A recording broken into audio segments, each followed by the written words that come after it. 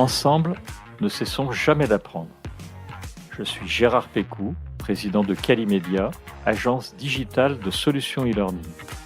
Je vous accueille sur Never Stop Learning, un podcast qui vous fait rencontrer des acteurs de la formation entrepreneuriale et éducative d'aujourd'hui et de demain. Bonjour et bienvenue à toutes et à tous. Aujourd'hui, j'aimerais vous parler du marketing de la formation. Loin de moi l'idée de vous proposer des techniques pour vendre des dispositifs de formation, nous allons plutôt voir comment utiliser le marketing pour améliorer l'expérience apprenant. Car oui, le marketing n'est pas exclusivement réservé à la vente et peut nous aider à atteindre cet objectif. Mais alors, qu'est-ce que c'est exactement le marketing de la formation et surtout, comment est-ce qu'on peut le mettre en place ? Pour répondre à ces questions, j'ai le plaisir aujourd'hui d'accueillir Anne-Marie Cuinier, qui est spécialisée en digital learning et marketing de la formation. Si Never Stop Learning n'est pas le seul podcast sur la formation que vous écoutez, sa voix vous sera certainement familière car Anne-Marie est également l'hôte du podcast Learn and Enjoy que je vous recommande fortement. Je vous mettrai le lien dans la description de l'épisode, bien entendu. Bonjour Anne-Marie. Bonjour Gérard, et puis merci de m'accueillir dans ton podcast Never Stop Learning dont j'écoute régulièrement les épisodes. Mais comme moi le tien, Anne-Marie. Oh, super. Alors, avant de rentrer dans le cœur du sujet, est-ce que tu peux nous parler de ton parcours ? Et j'ai deux questions pour toi. Qu'est-ce qui t'a amené à t'intéresser à la formation professionnelle et pourquoi tu as créé le podcast Learn and Enjoy ? Eh bien, moi, j'ai un parcours de plus de 20 ans en communication et en marketing digital, avec un gros focus en e-commerce. Donc, j'ai travaillé pour des associations, pour un grand groupe, La Poste, pour des PME aussi. Et puis, en 2020, j'ai fait, on va dire, une overdose d'e-commerce. Ah oui, d'accord. Voilà. Et j'ai eu envie de me tourner vers un métier plus utile, tout en restant dans le digital. Parce que moi, je suis vraiment quelqu'un qui est passionné de digital. Et donc, je me suis dit, je vais aller vers le digital learning. Et pour ça, je suis retournée donc sur les bancs de l'université, puisque j'ai refait un master, donc le master de Poitiers, en ingénierie, médiation et e-éducation. D'accord. Où j'ai appris plein de choses. Et c'est à la fin de ce master que m'est venue l'idée de lancer le podcast parce que je voulais continuer à apprendre, je voulais continuer à échanger avec des professionnels et j'avais envie de tester un nouveau format. Le podcast, je n'y connaissais absolument rien du tout. Et c'est comme ça que j'ai lancé Learn and Enjoy, qui était aussi un petit peu le prolongement de mon mémoire puisque pendant le master, j'avais fait un mémoire sur la réalité virtuelle et le flow. Et je voulais, à travers le podcast, continuer à explorer un petit peu les modalités, les pistes pour que les apprenants soient dans le flow pendant leur formation. D'où le nom Learn and Enjoy. Voilà. Effectivement, et tu as un très bel épisode sur le flow que j'ai écouté. Oui, merci. Ouais, le flow. Voilà. Et donc, j'ai lancé le podcast en juin 2021 avec mon premier invité qui était donc William Perez de Serious Factory.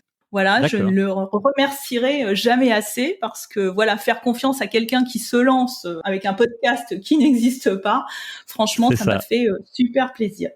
Et donc, le podcast se développe. Alors, ce que je voudrais dire, c'est que c'est quand même une activité qui est purement bénévole. Quelquefois, les personnes pensent que l'on peut gagner sa vie avec un podcast. Donc, c'est sans doute vrai quand on a des milliers d'auditeurs. Mais tous les deux, on est quand même sur une niche, donc on n'a pas forcément ces milliers d'auditeurs. Et donc, c'est une activité qui est à 100% bénévole, que je finance moi à 100%. Et mon moteur, c'est vraiment l'envie de partager, l'envie d'échanger avec les invités, l'envie de faire découvrir de nouvelles modalités, de nouveaux usages. Et c'est pour ça que c'est important pour continuer à alimenter ce moteur, d'avoir des petits mots, des auditeurs, des petits likes, des étoiles, etc. Parce que quelque part, c'est ce qui rémunère entre guillemets le podcast. Je suis complètement d'accord et en phase avec toi, Anne-Marie, puisque nous, on a créé ce podcast à peu près en même temps que toi, je crois. Et c'est effectivement beaucoup de travail entre le temps à contacter les invités, à écrire les trames, etc. Puisque j'imagine que comme nous, tu scriptes tes podcasts. Pour faire ce podcast, nous sommes parlé 2 fois, au moins 3 fois. On a échangé par email et j'espère que cet épisode plaira à nos auditeurs communs. Oui, donc juste pour compléter, moi un épisode, ça représente en gros une journée de travail, hein, comme tu le disais, entre le contact avec l'invité, l'échange pour écrire la trame, l'enregistrement, la production, la promotion. Donc un épisode avec un invité, en gros, c'est une journée. Et un épisode en solo, c'est 3 jours de travail, parce que l'épisode en solo, je suis toute seule. Donc, scripter l'épisode me prend beaucoup plus de temps, surtout que ce sont des épisodes, je ne sais pas si tu as écouté des épisodes en solo que je documente. Et donc, ça me prend beaucoup de temps. Donc, voilà un petit peu pour avoir l'ordre d'idée du temps de travail sur les épisodes. Et donc, actuellement, mon activité professionnelle, je développe une activité en tant qu'indépendante. Et concrètement, ce que je fais, c'est que j'accompagne les entreprises et les organismes de formation donc à créer des parcours de formation qui sont vraiment centrés sur l'apprenant. Et en particulier, je leur montre, je les accompagne, je leur apprends à utiliser les outils du marketing pour optimiser l'attractivité des formations. D'accord. Et améliorer l'expérience apprenant. C'est ce dont on va parler donc pendant l'épisode. Exactement. Et j'anime et je conçois aussi des formations sur ces thématiques-là, sur le digital learning et le marketing de la formation. Comme ça, tout le monde saura ce que je fais en plus du podcast. Tout à fait, c'est très intéressant. Pour rebondir sur ce que tu viens de dire, je pense que nos auditeurs ont tous une bonne idée de ce qu'est le marketing en règle générale, mais je suis moins sûr que ce soit le cas pour le marketing de la formation. Donc ma première question, c'est est-ce qu'Anne-Marie, tu pourrais déjà nous expliquer ce que c'est que le marketing de la formation ? Oui, bien sûr. Alors, avant de parler de marketing de la formation, je voudrais juste faire un petit rappel. Souvent, on pense que le marketing et la communication, c'est la même chose. Hein, j'ai déjà entendu ça à plusieurs fois, mais ce n'est absolument pas le cas. Le marketing, en fin de compte, il englobe 4 composantes qui sont plus connues sous le nom de la matrice des 4 P. Donc, c'est-à-dire le produit, on va avoir le prix, on va avoir la distribution qui correspond au P de place en anglais, et on va avoir la communication qui correspond au P de promotion également en anglais. Donc, tu vois, la communication, en fin de compte, est une des composantes du marketing. Et c'est ce qu'on va voir donc ensemble. Et donc maintenant, pour en revenir donc au marketing de la formation, pour moi, alors c'est ma définition, d'autres personnes pourront très bien avoir une autre définition, mais pour moi, ce sont des actions qui vont être inspirées donc du marketing, je dirais entre guillemets commercial, qui vont donner envie aux apprenants de se former, qui vont amener les collaborateurs jusqu'à la formation, mais aussi accompagner l'apprenant ensuite pour l'aider à maintenir sa motivation et son engagement pendant tout le parcours de formation. Voilà, ce sont des actions que l'on va mettre en place pour soutenir l'expérience d'apprentissage. D'accord. Alors, qu'est-ce qu'en tire le formateur et l'apprenant de tout ça, quand on met en place une stratégie de marketing de la formation ? Je dirais que pour les formateurs, ça va être de capter l'attention des collaborateurs, parce qu'on est de plus en plus sollicité de tous les côtés. Donc, les actions qu'on va mettre en place vont aider à capter donc cette attention. Ensuite, c'est aussi donner envie aux apprenants de se former et maintenir la motivation, comme je l'ai dit, pendant tout le parcours de formation. Quelque part, c'est comme un magasin. Quand on est dans le magasin, on fait tout pour attirer ses clients, pour capter leur attention, pour leur donner envie de rentrer dans le magasin. Là, quelque part, c'est pareil. Donc, on donne envie à l'apprenant d'entrer, entre guillemets, dans le parcours de formation. Et ensuite, pour les apprenants, ça va être de les aider à connaître cette offre de formation, de les aider à arriver à cette offre de formation, de leur donner envie, bien sûr, donc d'aller voir plus loin ce qu'il y a derrière cette offre de formation, et d'améliorer quelque part leur expérience apprenant et donc l'engagement. Parce que à la fin, ce qui compte, c'est l'engagement de l'apprenant. Alors, aujourd'hui, j'ai plutôt l'impression que les organismes de formation et les services dédiés se concentrent surtout sur la qualité du contenu et sur le contenu en règle générale qui est délivré pour améliorer la motivation et le taux de complétion. Et en fait, clairement, je pense comme toi que le marketing de la formation, c'est une bonne réponse à cette problématique, mais je voudrais vraiment avoir ton avis là-dessus. Je dirais que le plus souvent, on se focalise surtout sur le contenu. Le module, par exemple. Le module, ouais. Mais imaginer et créer ce module, c'est très coûteux. Ça demande beaucoup de budget. C'est très très bien parce que là, on se concentre quelque part sur le parcours de formation. Mais ce qu'il faut, c'est aussi garantir leur visibilité et leur réussite. Je reprends mon exemple de vitrine. Si par exemple, tu as un très très beau magasin qui est au fond d'une impasse, comment les clients vont venir te voir si tu ne communiques pas sur cette vitrine, sur ce magasin, et si tu ne leur donnes pas envie d'aller dans cette impasse? En fin de compte, c'est ça. C'est pour ça que pour moi, le marketing est important. C'est qu'il va aider à rendre visibles les dispositifs de formation et à les rendre beaucoup plus attractifs.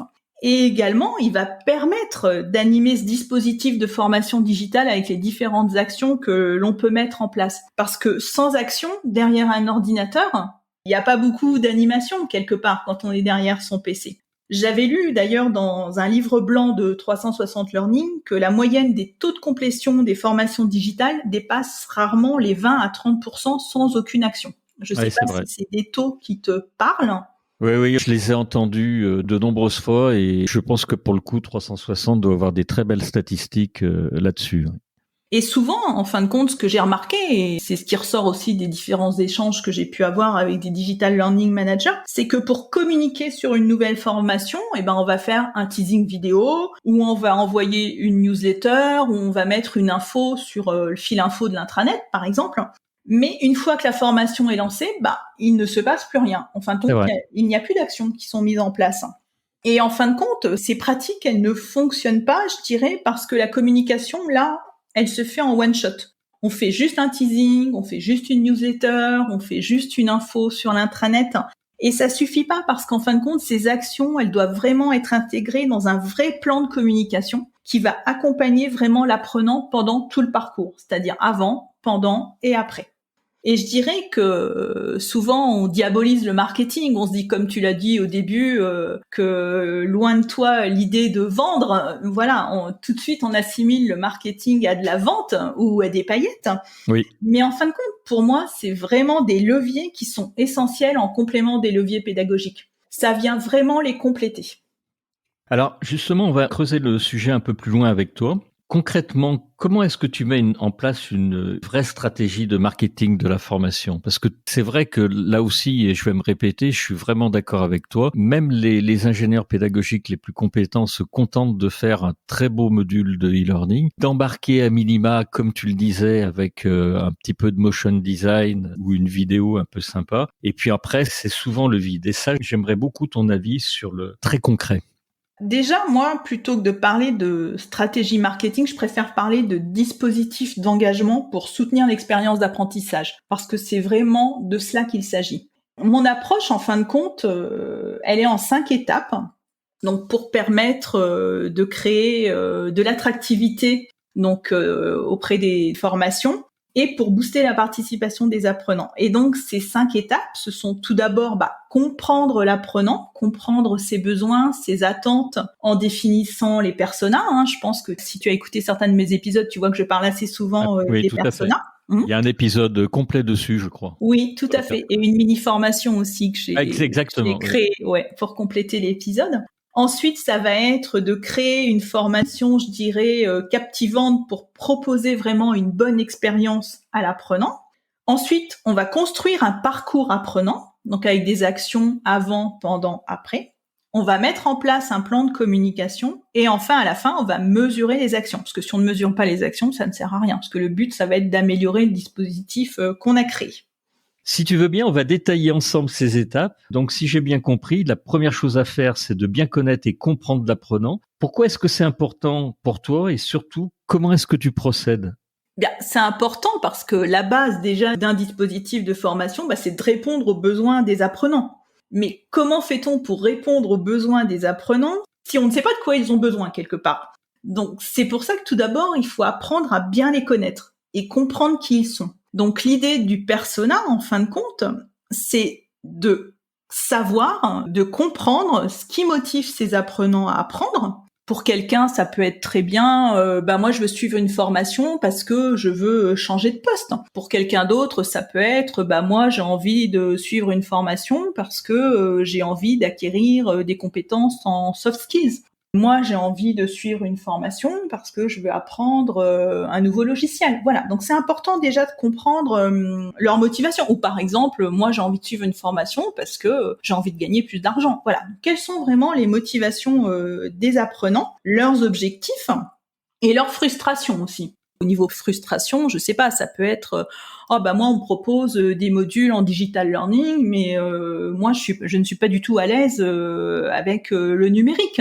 Oui. Ou alors un module sur mobile et puis mon mobile c'est pas le dernier iPhone ou c'est pas le dernier Android, je sais pas. Vraiment comprendre leur frustration parce que si on ne connaît pas ces données-là, si on ne connaît pas correctement ces apprenants, ça va réduire leur engagement parce qu'on ne va pas répondre à leurs besoins et on ne sera pas capable quelque part de capter leur attention et de susciter leur intérêt. Et bien connaître les apprenants, ça va vraiment permettre d'adapter la communication que l'on va faire auprès d'eux avec des messages qui vont être vraiment adaptés et sur des canaux qui vont vraiment aller toucher les apprenants. Et le persona, en fin de compte, quelque part, va permettre de construire ce profil type de l'apprenant pour avoir les réponses à toutes ces questions. Et donc, comme tu le disais, j'ai fait un épisode qui est assez détaillé sur les personas. Donc, j'invite nos auditeurs, s'ils souhaitent détailler vraiment ce sujet, à aller l'écouter. On le mettra en lien, c'est une très bonne idée. Ensuite vient la création de la formation. Comment, Anne-Marie, le marketing entre en jeu dans cette partie ? Est-ce qu'il y a des choses que l'on peut faire directement dans le contenu ? Oui, parce que une fois qu'on connaît les besoins et les intérêts des apprenants, on va être plus à même quelque part de leur répondre avec une formation adaptée. Donc par exemple, si je prends l'exemple des commerciaux qui sont souvent sur la route, on se dit qu'ils vont sans doute préférer une formation sur mobile pour pouvoir la consulter n'importe où, ou une formation en mode asynchrone pour pouvoir la suivre lorsqu'ils sont disponibles, lorsqu'ils ont quelques minutes, ou en format audio pour pouvoir être écoutés lorsqu'ils sont au volant de leur voiture, par exemple. Donc là, ça va vraiment permettre de personnaliser, on va dire, la modalité. Ensuite, pour le contenu, il faut un bon produit. Je dirais un parcours de formation engageant avec une belle expérience utilisateur. Là, je reprendrai ce que Morgane Travers a dit dans l'un de mes épisodes, on est à l'ère du beau. On est à l'ère d'Instagram. Donc, il faut que la formation soit belle. Parce que si l'apprenant arrive devant un écran avec une première page qui n'est pas très bien travaillée, il va se dire « alors le reste, ça vaut pas la peine, quoi ». Il faut déjà embarquer dès cette première page. Et donc, il faut travailler autant le fond que la forme. Ensuite, on va pouvoir engager les apprenants en créant des émotions, en faisant appel au storytelling, par exemple. Ou à la gamification. Voilà, il y a des apprenants qui sont très friands de badges. Voilà, ils ont envie de gagner des badges et donc d'aller au bout pour avoir toute la collection de badges, par exemple. On va soigner l'univers visuel, comme je disais là, par rapport à l'ère du beau. Et l'univers audio aussi, qui est très important. Il ne faut surtout pas négliger cet univers audio. Voilà, une belle voix, des fonds musicaux aussi éventuellement pour accompagner.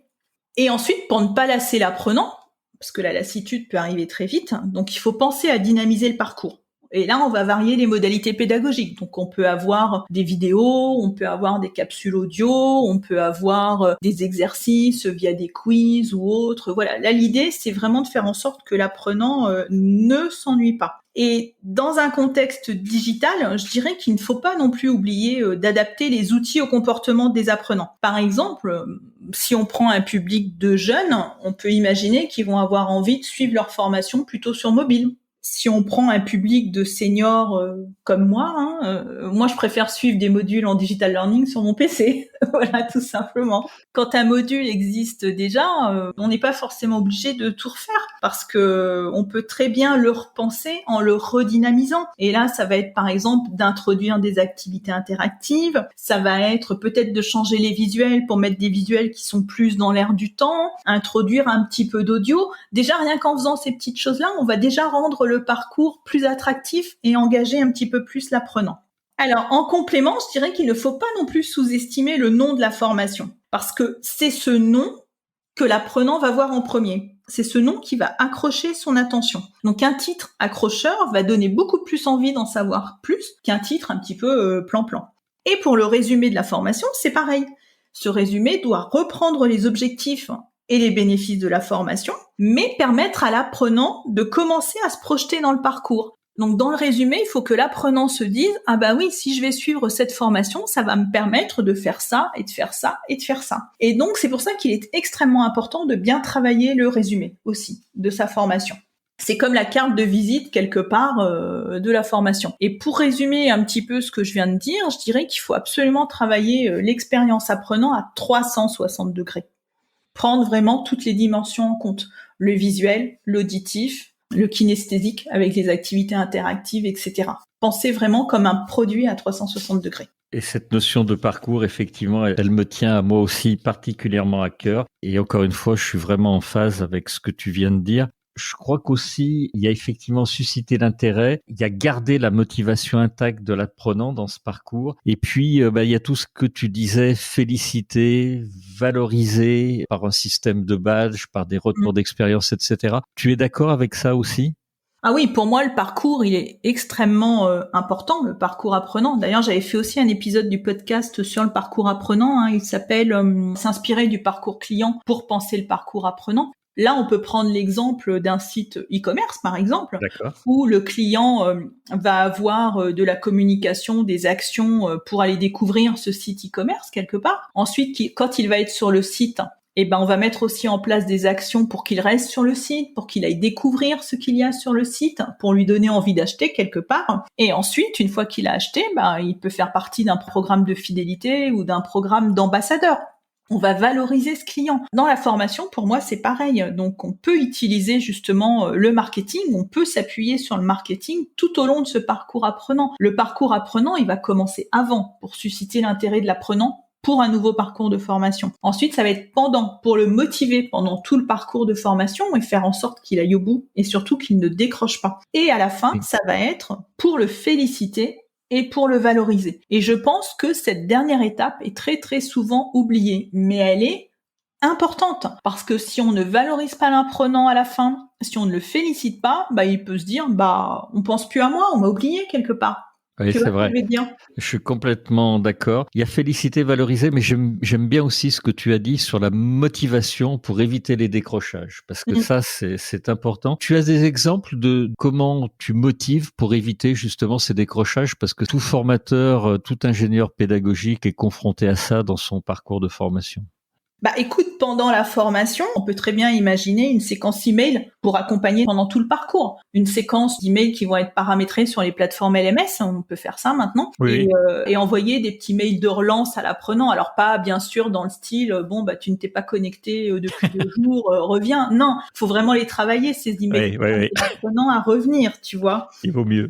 Ensuite, je pense que ce qui est important aussi, c'est de mettre à disposition une foire aux questions, parce que quelquefois on se pose des questions et on ne sait pas où trouver la réponse. Et ça peut aussi être source de démotivation. Donc, avoir une petite foire aux questions quelque part sur le LMS pour que l'apprenant sache où trouver la réponse, pour moi aussi, c'est quelque chose d'important. Parce que du coup, il a une question, il trouve sa réponse, il se dit « Oh chouette, c'était rapide, j'ai vite obtenu ma réponse » et il garde sa motivation quelque part. Ensuite, ce qui est important pour moi, c'est que même si c'est un module en e-learning, il faut qu'il y ait un contact humain.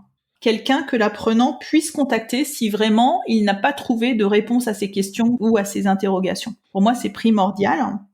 Et ensuite, quelque chose que je dis toujours, c'est que même si on suit une formation en digital, on a besoin du lien humain. Et pour moi, c'est important vraiment de créer une communauté d'apprenants. Ça peut être via un chat, ça peut être via un forum, ça peut être via une messagerie instantanée type WhatsApp. Mais c'est important que les apprenants fassent connaissance et puissent échanger entre eux sur leurs difficultés sur la formation, leurs interrogations, leurs succès, que cette communauté se crée pour vraiment créer le lien qui est aussi source de motivation pour moi. Effectivement, les plateformes offrent de plus en plus ces possibilités, notamment les plateformes LXEP. On en parlait il y a quelques jours avec Delphine Moncorgé, que tu connais aussi. On a fait un petit passage sur les LMS et les LXEP et elle nous a beaucoup parlé de social learning et c'est quelque chose effectivement maintenant qui est essentiel. Oui, c'est essentiel, mais il faut les animer, ces communautés. Oui, bien sûr. Les apprenants ne vont pas s'animer tout seuls, donc il faut être présent pour impulser des sujets. Tout à fait. fait. Pour répondre aussi aux apprenants qui vont avoir des interrogations, pour faire des petits challenges, par exemple, etc. C'est comme un community manager, quelque part. Il faut animer la communauté d'apprenants. Exactement. Tu nous as parlé tout à l'heure de plans de communication, ce qui était très intéressant. Est-ce que tu as des exemples d'actions de communication que l'on peut mener dans la formation? Alors, tu viens de nous en citer quelques-unes, notamment pour la motivation. Est-ce que tu as d'autres modalités? Si on parle de communication en amont du dispositif de formation, en amont du parcours de formation pour le faire connaître, donc là, l'intérêt, ça va être d'amener les apprenants sur la plateforme pour atteindre des taux de connexion proches du 100%. Donc, quelques idées comme ça en vrac. On peut créer un onboarding apprenant quelque part. Donc, ça peut être un mail de bienvenue qu'on va adresser à l'apprenant en se présentant, en lui disant comment va se passer le parcours, quelle va être la durée, etc. Ça va le rassurer, ça va le sécuriser. On peut faire cet onboarding par vidéo aussi ou par audio. Moi, j'aime bien par audio parce que ça change, ça crée la surprise aussi. On n'a pas encore l'habitude d'utiliser des petites capsules audio pour faire un onboarding d'apprenants. C'est vrai. Voilà. Ensuite, ce qui est très important pour moi, c'est d'essayer d'avoir des vidéos des managers qui vont présenter le parcours de formation, qui vont vraiment présenter les bénéfices de ce programme et les nouvelles compétences que l'apprenant va pouvoir acquérir parce que ça crédibilise aussi le parcours de formation, si le manager s'implique.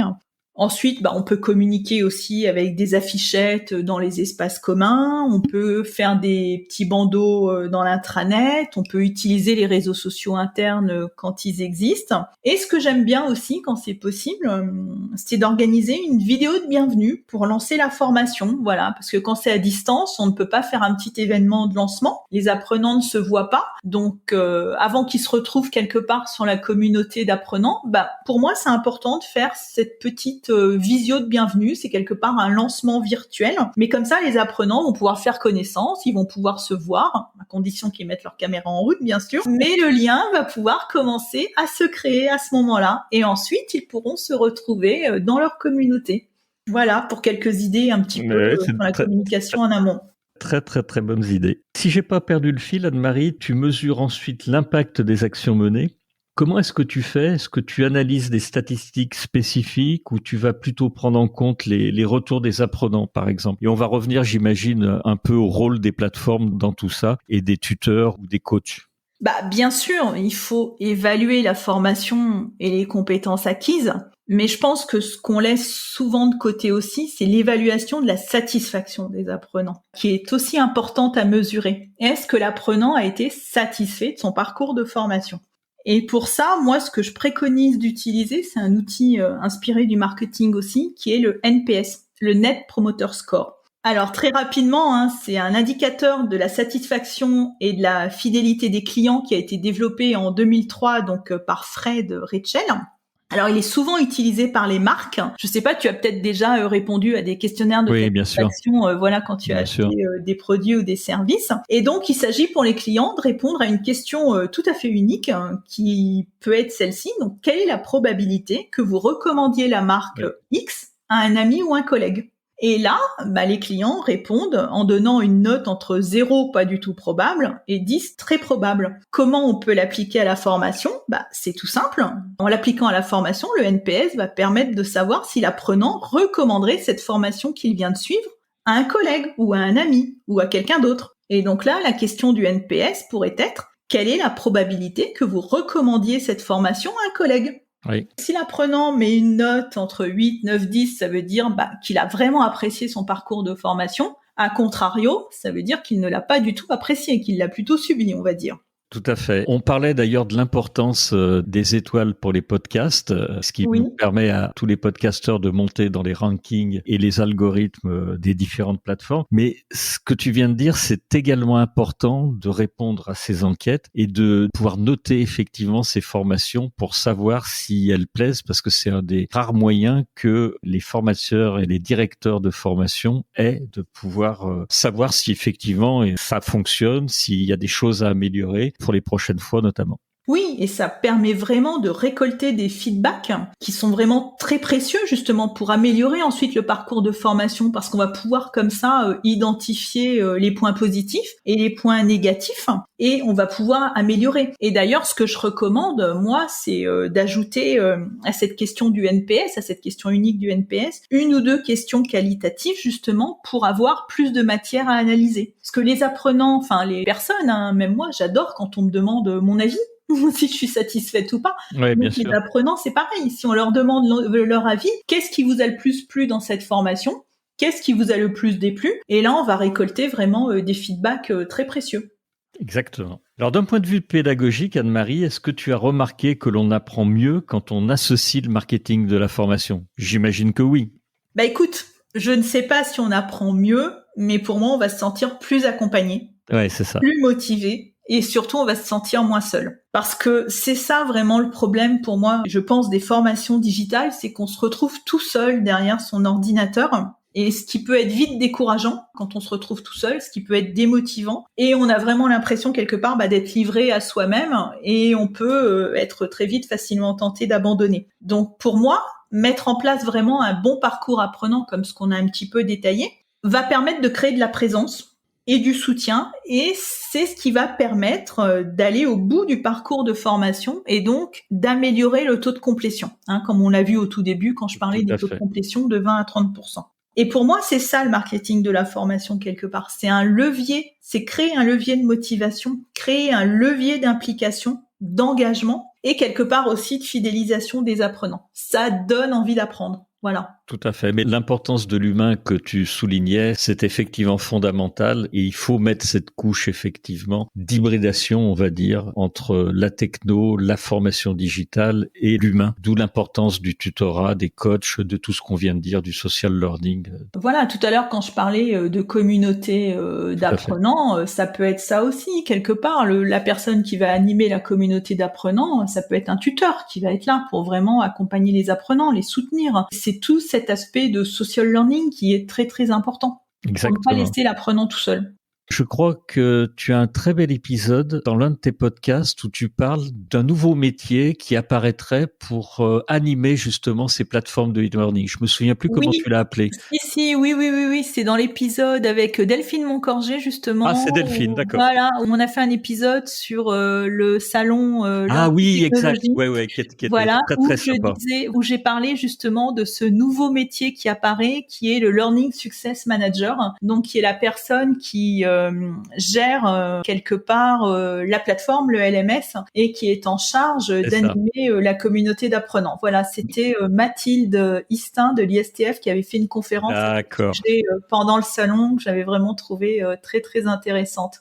J'ai 2 dernières questions pour toi. Comment tu vois finalement l'avenir du marketing de la formation ? C'est quelque chose qui va se développer de plus en plus dans les services selon toi, parce que encore une fois, on y revenait, il y a quelques ingénieurs pédagogiques qui souvent se limitent à faire ce qu'on leur demande d'ailleurs dans la plupart des entreprises, c'est le module. Et on a vu qu'il y avait beaucoup plus de possibilités avec toi. Donc, comment tu vois cet avenir et est-ce que ça va se développer le marketing de la formation ? Pour moi, c'est indispensable. J'imagine pas que le marketing de la formation ne se développe pas. Pourquoi ? Parce que les apprenants, en fin de compte, ils ont moins en moins de temps pour se former et on a de plus en plus d'offres. Elles sont de plus en plus nombreuses et notre capacité d'attention, elle est de plus en plus faible. D'ailleurs, lorsque j'avais fait mon mémoire sur la réalité virtuelle et le flow, j'avais trouvé l'information comme quoi on a une capacité d'attention inférieure à celle d'un poisson rouge, qui est de 8 secondes. Donc c'est ça, c'est hallucinant. Et ensuite, j'avais lu une étude de Towards Maturity qui disait que le marketing de la formation, quelque part, est reconnu à 80% comme étant une compétence clé pour les équipes formation. D'accord. Mais que seulement 40% des responsables formation déclarent avoir cette compétence au sein de leurs équipes. Donc tu vois, on a quand même conscience de l'importance du marketing de la formation, sauf qu'on n'a pas les compétences en interne pour l'appliquer. Pourquoi ? Parce que le marketing et la communication, ce sont des compétences qui s'acquièrent. Je veux dire, rendre des dispositifs de communication impactants, trouver des idées pour créer des parcours apprenants, engageants, etc. Tout ça, ce sont des choses qui vont s'apprendre. Et c'est important aussi pour moi le marketing de la formation parce que justement, il va donner envie de se former et créer ce déclencheur qui va faire en sorte que l'apprenant va s'engager dans la formation. Et il va aussi permettre de se différencier justement dans un univers de plus en plus concurrentiel. C'est comme les produits et les services quelque part. Tu en as de plus en plus. Donc qu'est-ce qui fait que tu vas acheter telle chose plutôt que telle chose? Si on prend, les iPhones, allez, qu'est-ce qui fait que tu vas aller acheter un iPhone plutôt qu'un autre téléphone? C'est parce que il est extrêmement bien marketé quelque part. Et donc, pour moi, il ne faut pas opposer marketing et formation. Parce que pour moi, le marketing de la formation, vraiment, c'est une solution qui peut rendre les dispositifs de formation vraiment plus attractifs et améliorer l'expérience apprenant. Et qui va donner envie aux apprenants de se former et d'aller jusqu'au bout. Et c'est ce qui va permettre d'améliorer l'engagement des apprenants. D'ailleurs, j'invite tes auditeurs, s'ils souhaitent avoir plus d'informations sur l'engagement de l'apprenant, à aller écouter l'épisode que j'avais fait où j'essayais d'apporter justement une définition de l'engagement apprenant. Parce que c'est pareil, on parle souvent d'engagement d'apprenant, mais qu'est-ce que c'est que l'engagement de l'apprenant? Oui, tout à fait. On met plein de choses derrière l'engagement de l'apprenant. J'avais documenté cet épisode-là, donc s'ils souhaitent aller l'écouter, il fait partie de mon top 3. On le mettra en lien. Alors, ma toute dernière question, Anne-Marie, je sais que tu lis beaucoup, comme moi, on est deux gros lecteurs et que tu as beaucoup d'ouvrages que tu as trouvés intéressants sur la formation. Là aussi, cet été, tu as cité 12 livres, je crois, qui étaient sympas à lire en matière de formation. Est-ce qu'il y en a un parmi ces 12 livres de cet été que tu recommandes tout particulièrement? À titre pro, moi je vais citer un livre que j'ai découvert récemment, dont j'ai fait un épisode avec l'autrice qui va sortir bientôt. C'est le livre Pro en ludopédagogie de Marie Fontana. Okay. J'ai vraiment trouvé très intéressant et d'ailleurs l'épisode que j'ai enregistré avec elle est vraiment passionnant parce que j'ai appris plein de choses pendant que j'ai enregistré. Donc je ne la connaissais pas encore cet été, donc du coup je l'ai pas cité dans la sélection des 12 livres. Donc celui-ci. Après, moi, j'adore lire des livres autour du graphisme, du design, etc. Parce que je suis assez esthète. Je l'ai senti. Tu en parles souvent de l'UX design, donc. Oui. J'avais parlé du UX design dans la sélection de cet été. J'avais parlé de storytelling. J'avais parlé de typographie. D'ailleurs, j'ai fait un épisode aussi sur l'UX design. Ça me semblait important, justement, d'évangéliser par rapport à cette culture du UX design, parce qu'on peut aussi s'en inspirer pour créer des modules de digital learning. Et puis, à titre perso, moi, je suis fan des thrillers. Ah oui, d'accord. Alors, celui que tu lis en ce moment, c'est lequel? Je viens d'en finir un, donc je vais attaquer un livre de Claire Favant prochainement qui s'appelle Glen Afrique. Il faut que j'aille le chercher à la bibliothèque, il m'a été réservé. Et sinon, mes auteurs préférés, ce sont Bernard Minier. Oui. Donc avec le dernier Lucia, je crois, il s'appelle, qui est vraiment très très bien. Et puis un de ses livres que j'ai adoré qui s'appelle M, le centre de l'abîme, je crois, de mémoire. Et puis j'adore aussi tous les livres de Jean-Christophe Granger.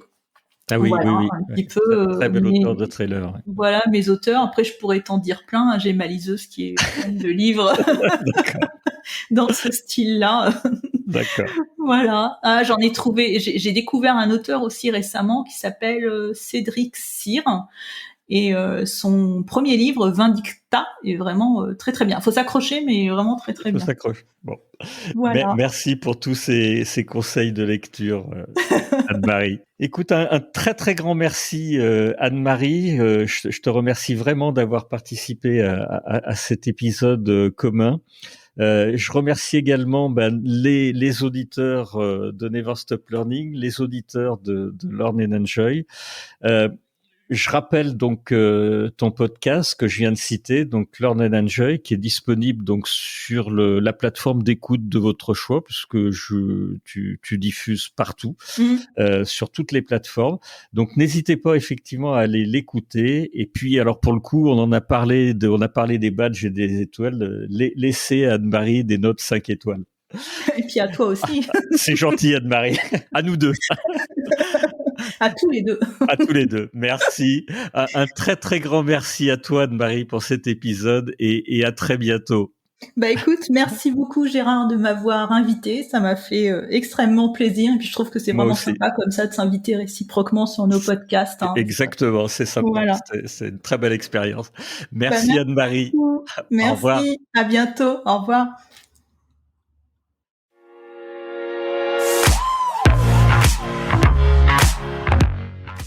Vous êtes arrivé à la fin de cet épisode. Je vous remercie pour votre écoute attentive.